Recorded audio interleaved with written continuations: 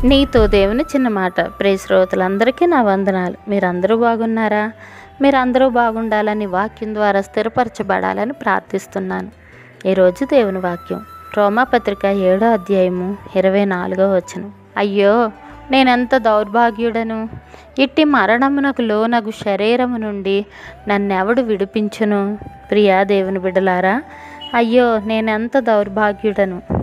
మనసు మార్పు చెందని మనిషి పాపంతో పోరాడి ఓడిన తరువాత పాపానికి బందీ అవుతూ ఉన్నాడు.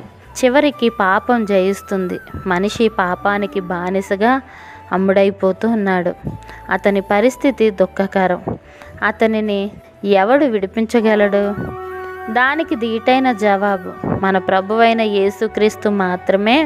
ఆయన మాత్రమే పాప మరణముల నియమము నుండి మనలను విడిపించును. ఇట్లు మీ సహోదరి భాగ్యం. మరణాత షలోం.